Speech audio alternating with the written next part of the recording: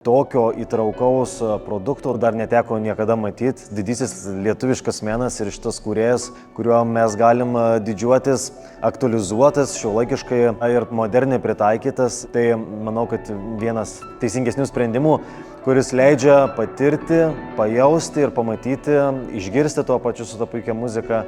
Tai man labai patiko. Kiekvienam iš mūsų lietuvių reikia dažniau patirti, domėtis ir suprasti mūsų kūrėjus. Tai taip labai giliai leido įtraukti, neveikiant jokios aplinkos poveikiui, tik tai vaizdai, tik tai garsas, tik tas puikus emocinis jausmas. Tai išeinu su tokiu dideliu pasididžiavimu, kad esu lietuvis ir kad turėjom tokių kūrėjų mūsų valstybėje.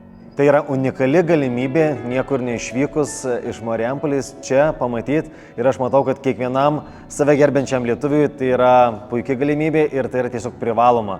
Todėl kviečiu ateiti čia ir patirti tai, ką patyriau aš, ką patyrė mano kolegos.